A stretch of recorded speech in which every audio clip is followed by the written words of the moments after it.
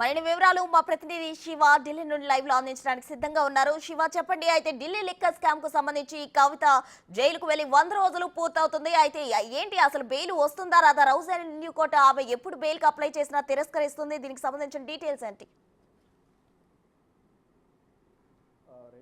దేశవ్యాప్తంగా సంచలనం రేకెత్తించిన Delhi liquor policy scam గురించి ప్రధానంగా అందరూ చర్చించుకుంటున్నారు. ఇది దేశవ్యాప్తంగా కూడా సంచలనం సృష్టించింది. దానిలో భాగంగా సౌత్ గ్రూప్లో కీలకంగా వ్యవహరించారంటూ కవితపై ఆరోపణలు రావడం, కవితకు సంబంధించిన వ్యాపార భాగస్వాములందరూ కూడా ఈడీ సిబిఐ వద్ద వాంగ్మూలం ఇవ్వడం, కొంతమంది అప్రూవర్గా మారడం, ఇదంతా కూడా జరిగిన తర్వాత కవిత కీలకంగా వ్యవహరించారనేది ఈడీ వద్ద కీలకమైన ఆధారాలు ఉన్న నేపథ్యంలోనే మార్చి 15వ తేదీన హైదరాబాద్లో కవితను తన నివాసానికి వెళ్ళి సెర్చ్ వారెంట్ పేరుతో కవితను విచారించి తర్వాత అరెస్ట్ వారెంట్ జారీ చేశారు. ఆ తర్వాత 5 గంటల 20 నిమిషాలకు కవితను అరెస్ట్ చేస్తున్నట్లు కుటుంబ సభ్యులకు కవితకు తెలియజేశారు. తర్వాత అక్కడి నుంచి నేరుగా ఢిల్లీ తీసుకొచ్చారు. అదే రోజు రాత్రి తర్వాత 16వ తేదీన రౌజనీ కోర్టులో ఉదయం 11 గంటల తర్వాత రౌజనీ కోర్టు న్యాయమూర్తి కావేరి భవేశ ముందు ఈడీ అధికారులు కవితను హాజరుపరిచారు. హాజరుపరిచిన తర్వాత 10 రోజుల ఈడీ కస్టడీ ఇచ్చారు. ఈడీ కస్టడీ ముగిసిన తర్వాత జ్యుడిషియల్ కస్టడీకి తిహార్ జైలుకు తరలించారు. తిహార్ జైలు ఉండగానే సిబిఐ కూడా కవితను విచారించేందుకు పర్మిషన్ తీసుకుంది. 5వ తేదీన అప్లికేషన్ దాఖలు చేశారు. 6వ తేదీన విచారించారు. 11వ తేదీన అరెస్ట్ చేశారు. 12వ తేదీన కోర్టులో హాజరుపరిచారు. మరో 3 రోజుల పాటు సిబిఐ కస్టడీకి ఇచ్చారు. తర్వాత మళ్ళీ సిబిఐ కస్టడీ ముగిసిన తర్వాత జ్యుడిషియల్ కస్టడీ పొడిగించారు. ఇలా కస్టడీ పొడిగిస్తూ ఉన్నారు. మధ్యలో బెయిల్ పిటిషన్ దాఖలు చేస్తారు. మధ్యంతర బెయిల్ మంజూరు చేయాలంటూ తన కుమారుడి పరీక్షలు ఉన్నాయి కాబట్టి ఆ కుమారుడికి అంటే ఒక పిల్లవాడికి తల్లి అవసరం ఎంతో ఉంటుంది కాబట్టి ఆ పరీక్షల నేపథ్యంలో ఇటు కవిత కుమారుడు చిన్న కుమారుడి పరీక్షల నేపథ్యంలో ఇంటర్ పరీక్షలు ఉన్నాయి కాబట్టి ఏప్రిల్ 16 వరకు బెయిల్ మంజూరు చేయాలంటూ మధ్యంతర బెయిల్ పిటిషన్ దాఖలు చేసిన నేపథ్యంలో మధ్యంతర బెయిల్ పిటిషన్ తిరస్కరించారు. తర్వాత రెగ్యులర్ బెయిల్ పిటిషన్ దాఖలు చేశారు. ఇటు రెగ్యులర్ బెయిల్ పిటిషన్ కూడా తిరస్కరించారు. ఇటు మరోవైపు సిబిఐ కూడా అరెస్ట్ చేసిన నేపథ్యంలో 2 బెయిల్ పిటిషన్పై విచారణ కొనసాగించాలని తెలిపిన నేపథ్యంలో ఇక 2 బెయిల్ పిటిషన్లు కూడా విచారించిన రౌజన్ కోర్టు న్యాయమూర్తి కావేరి భవేజా ఏప్రిల్ 23వ తేదీన 2 బెయిల్ పిటిషన్లు కూడా తిరస్కరించిన నేపథ్యంలో ఢిల్లీ హైకోర్టును ఆశ్రయించారు. ఢిల్లీ హైకోర్టులో కూడా ఇరువురి వాదనలు విన్న తర్వాత ఇటు ఈడీ సిబిఐ అలాగే కవిత తరపున న్యాయవాదుల వాదనలు విన్న తర్వాత తీర్పును రిజర్వ్ చేశారు. ప్రజెంట్ కవిత బెయిల్ బాల్ అనేది కోర్టులో ఉంది. తీర్పును రిజర్వ్ చేశారు. ఢిల్లీ కోర్టులో ఉంది.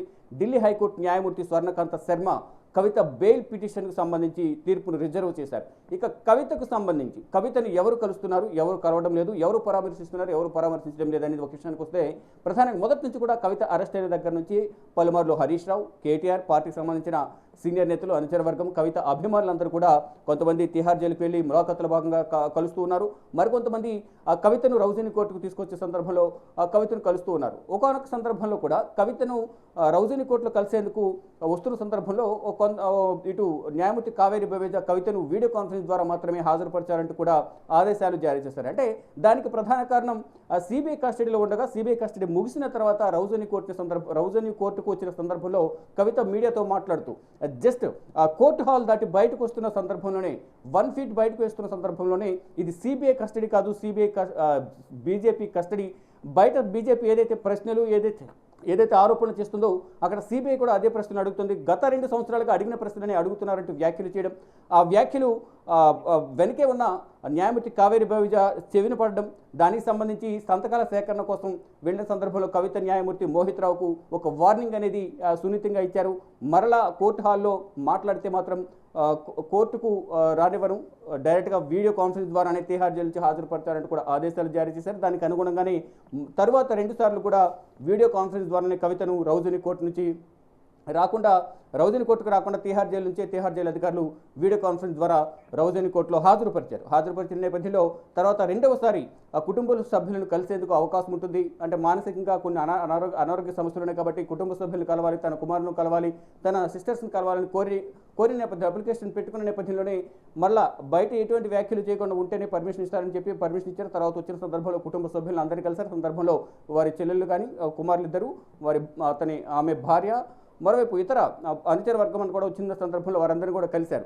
ఇక తర్వాత ఇక్కడ కలవడం ఒక ఎత్తైతే ములాఖాతులో భాగంగా తిహార్ జైలుకు వెళ్ళి కలవడం ఒకటి. మొదటి నుంచి కూడా కేటీఆర్, హరీష్ రావు, వారి భర్త కానీ ఇతర కుటుంబ సభ్యులు కానీ వెళ్ళి మాత్రమే కలుస్తున్నారు. రీసెంట్గా కేటీఆర్ ఒకసారి కలిశారు. తర్వాత మాజీ మంత్రులు, ప్రజెంట్ ఎమ్మెల్యేలు ఉన్న సబితా ఇంద్రారెడ్డి, సత్యవతి రాథోడ్ తీహార్ జైలు వెళ్ళి కలిశారు. ములాఖాతులో భాగంగా మరికొంతమంది వెళ్ళి కలుస్తూ వస్తున్నారు. అది బాల్క సుమన్ కానీ, మరోవైపు ఆర్ఎస్ ప్రవీణ్ కుమార్, వినోద్, అలాగే పలువురు వెళ్ళి కవితను తీహార్ జైలు కలుస్తున్నారు. కానీ ఇప్పటి వరకు కూడా తండ్రి కేసీఆర్ మాత్రం ఇప్పటి వరకు కవితతో ములాఖాత్ అయిన సందర్భాల్లో ఇటు తీహార్ జైలుకి వెళ్ళడం కానీ, మరోవైపు రౌజుని కోర్టుకు వచ్చి అక్కడ కలవడం కానీ ఇప్పటివరకు ఎటువంటిది జరగలేదు. కేవలం ఇక్కడ రాజకీయంగా కొన్ని ఇబ్బందులు ఎదుర్కొంటున్నారు. మరోవైపు అక్కడ తెలంగాణలో అసెంబ్లీ ఎన్నికలు జరిగిన తర్వాత కాలు జారిపడడం, అక్కడ అనారోగ్య సమస్యలు రావడం వల్ల కొంత కలవలేకపోయారనేది ఒక వార్త అయితే, మళ్ళీ ఇప్పుడు పార్టీ పరిస్థితి బాగోలేదు, మానసికంగా ఆయన బయట తిరగలేకపోతున్నారనేది మరోవైపు కొన్ని విమర్శలు వస్తున్నాయి. దానిలో భాగంగా కవితను కలిసేందుకు ఆయన వెళ్ళలేకపోతున్నారు అనేది ఒక విమర్శ అయితే విమర్శలు వస్తూ ఉన్నాయి. కానీ ఇక్కడ రాజకీయంగా కవిత భవిష్యత్తు ఏంటి, తెలంగాణలో బీఆర్ఎస్ భౌతవ్యం ఏంటి అనే దానిపై ఇప్పుడు రెండు కూడా చర్చలు కొనసాగుతూ ఉన్నాయి. గతంలో ఫామ్ హౌస్లో ఏదైతే ఎమ్మెల్యేల కొనుగోలు విషయానికి వచ్చి వ్యవహారం అయితే ఏదైతే ఉందో దానికి సంబంధించి గతంలో బిఎల్ సంతోష్ను అరెస్ట్ చేయడానికి ఢిల్లీ వచ్చారు. అంటే గత ప్రభుత్వ హయాంలో ఫామ్ హౌస్లో అయితే బీజేపీకి సంబంధించిన కొంతమంది స్వామీజీలు ఇటు ఈ బీఆర్ఎస్ ఎమ్మెల్యేలు కొనుగోలు చేసేందుకు ప్రయత్నించారు. దానికి సంబంధించి ఫోన్ ట్యాపింగ్ అనేది రీసెంట్గా రాధాకృష్ణన్ను తెలంగాణ ప్రభుత్వం రేవంత్ రెడ్డి సర్కార్ అధికారంలోకి వచ్చిన తర్వాత తెలంగాణలో ఫోన్ ట్యాపింగ్ వ్యవహారంపై దృష్టి సారించింది. దానిలో భాగంగా ఈ విషయాలన్నీ కూడా ఒక్కొక్కటి వెలుగులు చూశాయి. దానిలో భాగంగానే రాధాకృష్ణరావు ఇచ్చిన వాంగ్మూలం ఆధారంగా గతంలో ఏదైతే ఫోన్ ట్యాపింగ్ జరిగిందో ఫోన్ ట్యాపింగ్ సంబంధించి ఈ ఎమ్మెల్యే కొనుగోలు విషయానికి సంబంధించి బిఎల్ సంతోష్ హస్తముందని వార్తలు వచ్చిన నేపథ్యంలో అరెస్ట్ చేసేందుకు హైదరాబాద్ వెళ్లారు. ప్రత్యేక విమానంలో ఢిల్లీ వచ్చారు. ఢిల్లీ వచ్చిన తర్వాత అక్కడ ప్రయత్నించినప్పటికీ బిఎల్ సంతోష్ ఆచూకీ దొరకలేదు. అరెస్ట్ చేయాలని ప్రయత్నించాము, కానీ అది వాయిదా పడింది అనేది ప్రధానంగా ఇటు రాధాకృష్ణరావు కూడా వాంగ్మూలం ఇచ్చారు. ఇక కావాలని బీజేపీ కవితను అరెస్ట్ చేసిందని మొదటి నుంచి కూడా బీఆర్ఎస్ ఆరోపిస్తుంది. కవిత కూడా బీజేపీలోకి నన్ను రమ్మన్నారు, కీలకమైన పదవి తనకు కట్టబెడతామని బీజేపీ నేతలు చెప్పారు, నేను వెళ్ళలేదు, అందుకని నన్ను అరెస్ట్ చేశారు అనేది ప్రధానంగా కవిత గతంలోనూ అరెస్ట్ కాకముందు చెప్పారు. అరెస్ట్ అయిన తర్వాత కూడా రౌజన్ కోర్టుకు వచ్చిన సందర్భంలో మీడియాతో